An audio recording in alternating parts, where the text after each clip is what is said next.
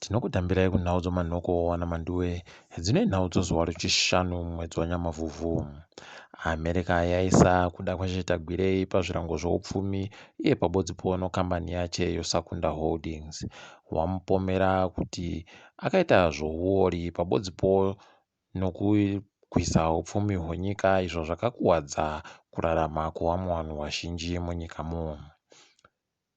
Kutambura kuri kuitiwa nevana veZimbabwe kuri kuperaba. Rwendo huno chero vari kuda kutora mari dzinenge dzatumirwa kubva kunze kwenyika, vari kuita kuona ndondo nokumira pamitsara yakareba. Mitsara yanyasi yekubulawayo nokwaMutare yange yakarepetsa vanhu vakaita kuti tacha-tacha, zvokuti kana zvokutaramukana zviri kureketiwa nonyaya dzihwamupengo zvanga zviri bari kuteedzera. Hurumende iri kuda kuramba ichiedza kusungira vanhu zvinhu, nokuti watiwo wachagoda kuisa mutemo kuti vanhu vagosungirwe kushoropodza hurumende. Watiwo chero anenge andoshoropodzayo kana anenge areketa zvisirizvo pamusoro penyika yedu anobva andosungiwa. Izvi zvinobva zvapikisana nebumbiro romutemo iro rinobvumira vanhu kureketa zvavanoda.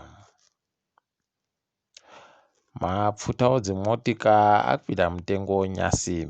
Vari kutenga nomabhondi kwai vachagotenga peturu nemadhora makumi mapfumbamwe nomatatu, pabodzi-po nodhiziri vachiritenga nemadhora makumi masere nomatatu.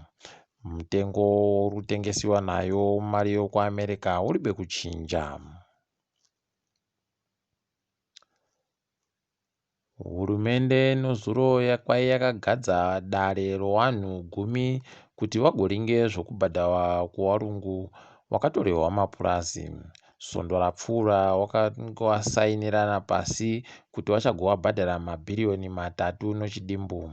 Rwendo huno wabva wandoti vanhu 6 vaisiwa nehurumende pabodzi-po nevamwe 4 vaisiwa nevarimi kuti vaite kudzeya kuti vozvifambisa sei. Hurumende yedu nyasi yamutsa pokare kambani yakambopfikiwa yoMosia Tunya Development Company kuti kwai igotungamidza basa rokubudirira guta roVictoria Falls.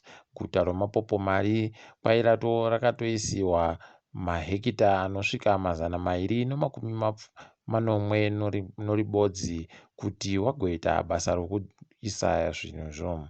Pazvinhu zvauri kuda kugoisazvo kwai wachagoda kuisa pokutengera, wogoda kuisa kunyange nepokutambira mutambo wegorofu nezvimwe zvakandowanda-wanda.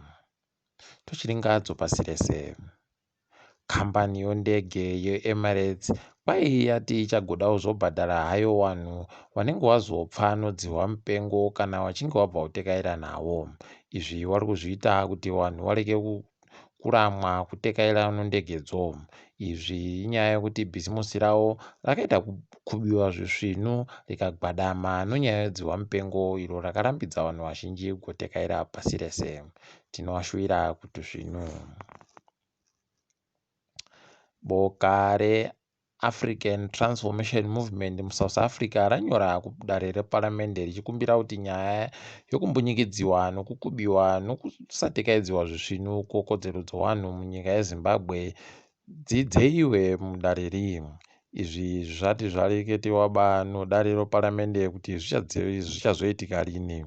Uko waRamaphosa waribekana kureketa nezvenyaya iri kuZimbabwe iri pahashtag Zimbabwean Lives Matter, nokuti heno kuti vari kufungei.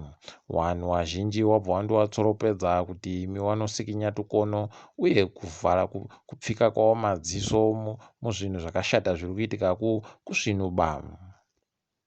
Munyaya yekugumisira, nyika yoLebanon yapopomedzerwa rubatsiro nonyika dzopasi rese.